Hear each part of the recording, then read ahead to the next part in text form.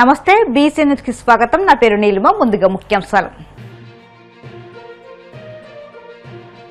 జగన్ పాలనలో పోలవరం ప్రాజెక్టు నిర్వీర్యమైందన్న మంత్రి నిమ్మల. కూటమి హయాంలో పోలవరం ఎడవ కాలువ నిర్మాణ పనులు శరవేగంగా జరుగుతున్నాయని వెల్లడి. తన స్వార్థ రాజకీయాల కోసం చట్టాలను నిబంధనలను జగన్ తొంగలోకి తొక్కారు. తీవ్రస్థాయి విమర్శలు గుప్పించిన టీడీపీ నేత గొట్టిపాటి రవికుమార్. భువనేశ్వరిపై వైసీపీ ఎలాంటి వ్యక్తిగత విమర్శలు చేయలేదన్న లక్ష్మీ పార్వతి. రాజకీయ ప్రయోజనాల కోసం ఆమెను ఉపయోగించుకున్నది చంద్రబాబు లోకేష్ లని వ్యాఖ్య. గోవింద నామస్మరణతో మార్మోగిన కోనసీమ తిరుమల. వాడపల్లి వెంకన్న దర్శనానికి పోటెత్తిన భక్తజనం. జగన్ పాలనలో పోలవరం ప్రాజెక్టు నిర్వీర్యమైందని మంత్రి నిమ్మల రామనాయుడు విమర్శించారు. పోలవరం ఎడమ కాలువ నిర్మాణ పనులు శరవేగంగా జరుగుతున్నాయని చెప్పారు. కాకినాడలో నిర్వహించిన మీడియా సమావేశంలో ఆయన మాట్లాడుతూ రోడ్డు ప్రమాదంలో గొర్రెల కాపరి దానే మృతి చెందితే జగన్ ఎందుకు పరామర్శించలేదని ప్రశ్నించారు. సీదిరి అప్పలరాజు కుమారుడిని కాపాడుకుందామని అనేక తప్పులు చేశారని నిందితుడిని కాపాడుతూ జగన్ ప్రజలకు ఏం సందేశం ఇస్తుందని ధ్వజమెత్తారు. ఈ విషయంలో బొత్స సత్యనారాయణ ఎందుకు మౌనంగా ఉన్నారని అయినా జగన్కి హితవు చెప్పాలని అన్నారు. భోగాపురం విమానాశ్రయాన్ని జగన్ వ్యతిరేకించారని ఈ అంశంపై మాట్లాడే నైతిక హక్కు ఆయనకు లేదని విమర్శించారు. 1919లో రాష్ట్ర విభజన వల్ల వచ్చినటువంటి నష్టం కంటే 1924 గొడ్డల పార్టీ విధానాల వల్ల ఈ రాష్ట్రం ఎక్కువ నష్టపోయింది. ఆ నష్టం సరిపోదన్నట్టుగా మళ్ళీ గత ప్రభుత్వ తప్పిదాలని గత పాలన గాడి తెప్పితే మళ్ళీ దాన్ని ఈరోజు చంద్రబాబు నాయుడు గారు, పవన్ కళ్యాణ్ గారు, మోడీ గారి సహకారంతో మళ్ళీ ఈ రాష్ట్రాన్ని పట్టాలెక్కిస్తూ ఉంటే మరి ఏదైతే నీళ్లను పారిస్తూ ఉంటే వాళ్ళ రక్తాన్ని పారించాలనేటువంటి గొడ్డల పార్టీ విధానాన్ని పట్ల ప్రతి ఒక్కరూ కూడా ప్రజలు అప్రమత్తంగా ఉండవలసినటువంటి అవసరం ఖచ్చితంగా ఉన్నటువంటి పరిస్థితి. ఆ రోజు గొడ్డల వేటును సొంత బాబాయ్ దగ్గర నుంచి దానయ్య సంఘటన వరకు మీరు చూస్తే గొడ్డల పార్టీ ఏ విధంగా ఈ 2 సంవత్సరాల్లో రాజకీయాలు చేస్తుంది ఆంధ్రప్రదేశ్ రాష్ట్రంలో మీరందరూ కూడా చూస్తూ ఉన్నారు. ఒక 5 సంవత్సరాలు ముఖ్యమంత్రిగా పనిచేసిన వ్యక్తి రాజ్యాంగాన్ని ఆచరిస్తానని ప్రమాణ స్వీకారం చేసి 5 సంవత్సరాలు పాలించినటువంటి వ్యక్తి ఈరోజు ఒక పార్టీ అధ్యక్షుడిగా పనిచేస్తున్న వ్యక్తి ఒక హత్య చేసినటువంటి కుటుంబ సభ్యుల్ని పలకరించడానికి, వాళ్ళకి ధైర్యం చెప్పడానికి, వాళ్ళకి నేనున్నాను అని ఒక భరోసా ఇస్తూ ఉన్నాడని అంటే రేపు సమాజానికి ఏం మెసేజ్ పోద్ది, యువతకి ఏం మెసేజ్ పోద్ది? రేపు పొద్దున మీ తుల్లోనో మా జగ్గంపేటలోనో నా పాలకొల్లులోనో ఎవడు యాక్సిడెంట్ చేసినా యాక్సిడెంట్ చేయడం తప్పు కాకపోవచ్చు, ఎందుకంటే అది యాదృచ్ఛికంగా జరుగుతుంది, దాన్ని మనం తప్పు పట్టలేము. యాక్సిడెంట్ కావాలని ఎవరో చేయరు. కానీ యాక్సిడెంట్ జరిగిన తర్వాత ఎవరైతే అక్కడ ప్రమాదంలో గాయపడ్డారో వాళ్ళని హాస్పిటల్లో తీసుకెళ్ళడం అనేది అది ప్రథమ బాధ్యత. కానీ వైఎస్ఆర్సీపీ నాయకుడు ఏం చేశాడు? ఎంత దుర్మార్గమో చూడండి. అంటే తన కుమారుడు జీవితం కోసం ఇంకొక బిడ్డని అక్కడ బలి చేస్తా ఉన్నాడు. నేను అమాయకత్వంగా ఈ గొడ్డల పార్టీ నాయకుడు మాట్లాడుతూ ఉన్నాడు, యాక్సిడెంట్ చేస్తే హత్య కేసు పెడతారని. ఇక్కడ యాక్సిడెంట్ చేసినందుకు హత్య కేసు పెట్టలా. యాక్సిడెంట్ చేసిన తర్వాత ఆ చేసినటువంటి వ్యక్తి స్థానంలో వేరే ఒక అమాయకుడిని తీసుకొచ్చి అతని జీవితాన్ని బలి చేస్తున్నాడనే దాని మీదే ఇక్కడ ఉన్నటువంటి కేసు. అంటే చట్టాన్ని కాపాడవలసిన వ్యక్తే, తప్పు చేసిన వాడిని శిక్షించవలసినటువంటి వ్యక్తే ఈవేళ వాడిని కాపాడి వేరే అమాయకుడు బలి చేస్తే అటువంటి వ్యక్తికి ధైర్యం చెప్పి భరోసా ఇస్తూ ఉన్నాడు అని అంటే జగన్మోహన్ రెడ్డి ఈవేళ సమాజానికి ఏం మెసేజ్ ఇస్తూ ఉన్నాడు? అతను యువతకి ఏం మెసేజ్ ఇస్తూ ఉన్నాడు? ఈవేళ చెప్పవలసిన అవసరం ఉంది. నాకు తెలుసుండి ఎవ్వరూ ఈ పని చేయలేరు, ప్రపంచంలో ఎవరు ఈ సాహసం చేయరు. మరి బొత్స సత్యనారాయణ ఆయన సీనియర్ నాయకుడు, మరి ఆ బొత్స కూడా కనీసం చెప్పలేకపోయాడు. ఆశ్చర్యం కలుగుతుంది మాకు కూడా. బొత్స కూడా కనీసం జగన్మోహన్ రెడ్డి ఏంటి పని, ఇట్లా తప్పు చేసిన వ్యక్తిని పరామర్శకి వెళ్తే మనం రేపొద్దున తప్పు పొందుతాము అని కనీసం మరి బొత్స కూడా మరి ఎందుకు జగన్మోహన్ రెడ్డికి హితవు పలకలేదో, లేకపోతే అట్లా హితవు పలిగితే కనీసం పక్కన కూర్చునే అవకాశం కూడా లేకుండా చేస్తాడని మరి ఆయన ఏమనుకున్నాడో మాకు తెలియదు. కానీ కనీసం బొత్స అయినా హితవు చెప్పుంటే బాగుండేదేమో అనుకుంటున్నటువంటి పరిస్థితి. ఆ జైలుకి పలకరింపు కూడా అది నిజంగా పరామర్శలాగా లేదు. నిన్నంతా కూడా బల ప్రదర్శన చేసుకునేటువంటి పరిస్థితి. ఎక్కడికెక్కడ హైవేల్ని బ్లాక్ చేసినటువంటి పరిస్థితి, ఎక్కడికక్కడ జనజీవనానికి ఇబ్బందులు కలిగించినటువంటి పరిస్థితి. జన సమీకరణ. అసలు ఒక వ్యక్తిని పరామర్శకి పోతూ అది కూడా ఒక హత్య చేసినటువంటి వ్యక్తిని, తప్పు చేసిన వ్యక్తిని పరామర్శకి వెళ్ళడమే ఒక తప్పు. అటువంటి వ్యక్తికి పరామర్శ చేస్తూ మళ్ళీ జనాన్ని అందరినీ కూడా పోగు చేసి ప్రజల్ని ఇబ్బందులు గురి చేయడం అనేది ఏ రకంగా, అందులో కూడా ముఖ్యంగా నిన్ననే మీరు చూశారు ఒక మహిళ ఎస్ఐ గారు అనుకుంటా ఆవిడ, మరి ఎంత అన్యాయం, ఎంత దుర్మార్గం, వైఎస్ఆర్సీపీ అల్లారి మోకల మధ్య ఆ ఆడబిడ్డ పడినటువంటి వేదన మీరందరూ కూడా వీడియోలోను మీడియాలోను అందరూ కూడా మీరు చూశారు. మాజీ ముఖ్యమంత్రి వైసీపీ అధినేత జగన్మోహన్ రెడ్డి నేరస్తుడిని పరామర్శించడానికి వెళ్లడం తీవ్ర ఆశ్చర్యకరమని టీడీపీ నేత గొట్టిపాటి రామకృష్ణ అన్నారు. మంగళగిరి టీడీపీ కేంద్ర కార్యాలయంలో ఆయన మీడియాతో మాట్లాడుతూ తన స్వార్థ రాజకీయాల కోసం చట్టాలను, నిబంధనలను పూర్తిగా జగన్ పక్కన పెట్టారని ఆగ్రహం వ్యక్తం చేశారు. భోగాపురం ఎయిర్పోర్ట్ ప్రారంభోత్సవానికి దేశ ప్రధాని వస్తున్న వేళ ప్రోటోకాల్, భద్రతా చర్యలను విచ్ఛిన్నం చేసేలా వ్యవహరించారని పేర్కొన్నారు. శాంతి భద్రతలను కాపాడే విధుల్లో ఉన్న మహిళా ఉద్యోగులపై దౌర్జన్యానికి దిగడం, వారిపై బలప్రయోగం చేయడం చట్టరీత్యా తీవ్రమైన నేరమని తెలిపారు. చట్టాలను ఉల్లంఘించి జగన్ సాధించిందేమిటో ప్రజలకు సమాధానం చెప్పాలని డిమాండ్ చేశారు.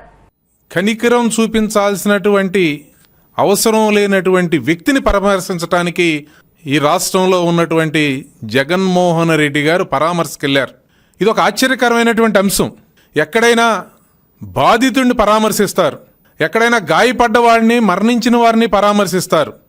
కానీ ఇక్కడ ఈయన ఎవరైతే యాక్సిడెంట్ చేసి ఆ యాక్సిడెంట్ జరిగిన తర్వాత ప్రాణాలని కాపాడేటువంటి అవకాశం, అక్కడ కనీసం వైద్యం చేసేటువంటి పరిస్థితిని చేయకుండా తప్పించుకుని వెళ్ళిపోయి వేరొకరిని తీసుకొచ్చి ముద్దాయి స్థానంలో పెట్టి ఆ పెట్టినటువంటి వ్యక్తిని బలి చేసేటువంటి ప్రయత్నం, అది కాకుండా ఈరోజు వారి కుమారుడు పని చేస్తే వారి కుమారుడిని తప్పించి ఇవన్నీ చేసినటువంటిది ఎవరో ఒక సామాన్యుడా? ఈ రాష్ట్రానికి మంత్రిగా పనిచేసినటువంటి వ్యక్తి, డాక్టర్గా ఉన్నటువంటి వ్యక్తి సిదిరి అప్పలరాజు అనేటువంటి ఆయన ఈ పనంతా చేస్తే కనీసం తప్పు పట్టకుండా, ఇలా చేసిన వాళ్ళని మందలించకుండా నేరస్తుల్ని ఏ విధంగా ప్రోత్సహించవచ్చో చూపిస్తున్నటువంటి నాయకుడు జగన్మోహన్ రెడ్డి. ఈరోజు మనం చూస్తూ ఉన్నాం, ఆయన కారు కింద పడి నలిగిపోయినటువంటి మరణించినటువంటి వ్యక్తిని పరామర్శకు వెళ్ళలేదు. కానీ ఒక రోజు ముందు, ప్రధానమంత్రి పర్యటనకి ముందు 10 గంటల పాటు ప్రజలకి ఒక ర్యాలీ పేరు మీద నిబంధనలన్నిటినీ ఉల్లంఘిస్తా ఒక నరకయాతను చూపించినటువంటి పరిస్థితి. అధికారుల్ని వారి పనిని వారిని చేసుకోనివ్వకుండా వారి మీద దౌర్జన్యం చేసేటువంటి పరిస్థితి ఈరోజు మనం రాష్ట్రంలో చూస్తూ ఉన్నాం. అందుకనే చెప్పాను, రాక్షసులు యజ్ఞాన్ని ఏ విధంగా భగ్నం చేస్తారో కళ్ళకి కట్టినట్టని చెప్పని. అధికారులు ఇచ్చినటువంటి ఆదేశాలని ఉల్లంఘించటం ఇది చట్టరీత్యా నేరం. ప్రజల్ని యొక్క స్వేచ్ఛని, వాళ్ళ యొక్క ప్రయాణాలని అడ్డుకోవటం నిబంధనలకు విరుద్ధంగా ఇది ఒక క్రిమినల్ చర్య. ప్రభుత్వ ఉద్యోగి యొక్క విధులని ఆటంకపరుస్తా వారు విధులు నిర్వహించకుండా ఉండటానికి వాళ్ళ మీద బలప్రయోగం చేయటం ఇది ఒక క్రిమినల్ కింద వస్తుంది, క్రిమినల్ చర్య. అంతేకాకుండా మహిళా ఉద్యోగుల మీద దాడి చేయటం, వాళ్ళ మీద క్రిమినల్ ఫోర్స్ని, బలప్రయోగంని ప్రయోగించటం చట్టరీత్యా నేరం. ఇన్ని ఉల్లంఘనలు పాల్పడి నువ్వు సాధించిందేంటి? అక్కడ దాకా వెళ్ళి ఈ రాష్ట్రంలో కనీసం పరామర్శించటానికి వెళ్తున్నాను అని నువ్వు చెప్పి వెళ్ళినటువంటి వ్యక్తిని పరామర్శించావా? నీ ఉద్దేశం అది కాదు. పరామర్శించటం మీ ముందున్నటువంటి జయం కాదు. ఈ రాష్ట్రంలో జరుగుతున్నటువంటి అభివృద్ధి కార్యక్రమానికి, దేశవ్యాప్తంగా వస్తున్నటువంటి గుర్తింపుని రాకుండా చేయటానికి, ఒక ప్రధానమంత్రి పర్యటనకి కొన్ని ప్రోటోకాల్స్ ఉంటాయి.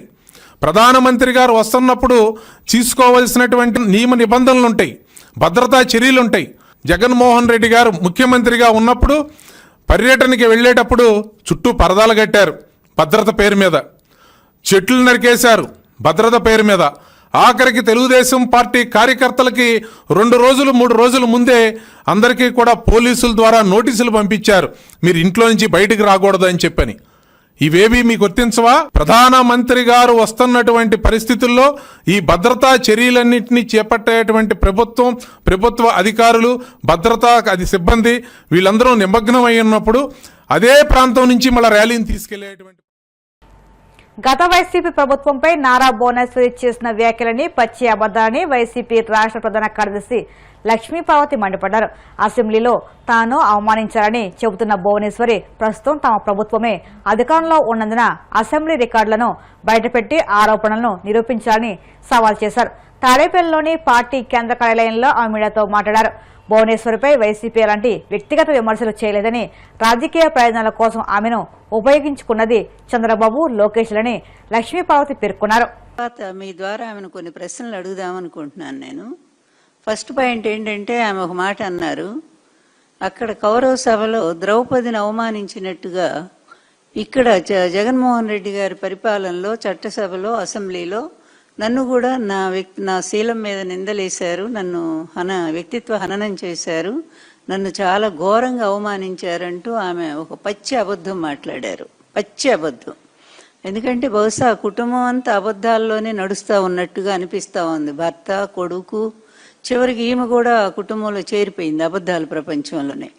తల్లి, నేను ఒక్కటే చెప్తా ఉన్నాను, నువ్వెవరో కాదు, ఎన్టీఆర్ గారి కుమార్తెవి. మేము గౌరవంగానే అడుగుతున్నాను. నేను ఒక్క సమాధానం చెప్పమ్మా. నువ్వు నిన్ను చట్టసభ అంటే శాసనసభలో ఎవరైనా అవమానం చేశారా? అది ఒక్కసారి మీరు నిరూపించగలరా? ఎందుకంటే ఇప్పుడు మీ ప్రభుత్వమే ఉంది కదా, ఈ ప్రభుత్వం మరి రికార్డులన్నీ ఉంటాయి, అసెంబ్లీ రికార్డులన్నీ కూడా. వాటన్నిటిని కూడా బయటికి తీయించి పరిశీలిస్తే మిమ్మల్ని అవమానం చేశారో లేదో అనేది చాలా స్పష్టంగా అందరికీ తెలుస్తుంది. ఈ విధంగా మీకు మీరే ఒక సానుభూతిని క్రియేట్ చేసుకోవటానికి ప్రయత్నం చేస్తే అది నమ్మటానికి ఎవరు సిద్ధంగా లేరనే సత్యాన్ని కూడా మీరు గ్రహించాలా. ఎందుకు ఊరికే నోరు ఉంది కదా అని చెప్పి అబద్ధాలు ప్రచారం చేయటం ఎందుకమ్మా? నువ్వు ఎన్టీఆర్ కూతురు అనే సంగతి నువ్వు మర్చిపోబాక. అది చంద్రబాబు లోకేష్ వాళ్ళిద్దరు మాత్రం అబద్ధాలకి ఒక పేటెంట్ లాగా అయిపోయారు. ఇప్పుడు ఆ కోవలో నువ్వు కూడా చేరుతా ఉన్నావని తెలుస్తూ ఉంది. అదొక్కసారి ఆ రికార్డులను పరిశీలిస్తే వాస్తవం ఏంటనేది బయటకు వస్తుంది. నిజానికి నీ వ్యక్తిత్వాన్ని, నీ క్యారెక్టర్ మీద నిందల్ని ఈ ఊరు వాడ మొత్తం ప్రచారం చేసింది నీ కొడుకు, నీ భర్త. నువ్వు ఫస్ట్ ఎవరిని నియంత్రించాలా? నువ్వెవరిని నిందించాలా? వాళ్ళని ఆపాలా?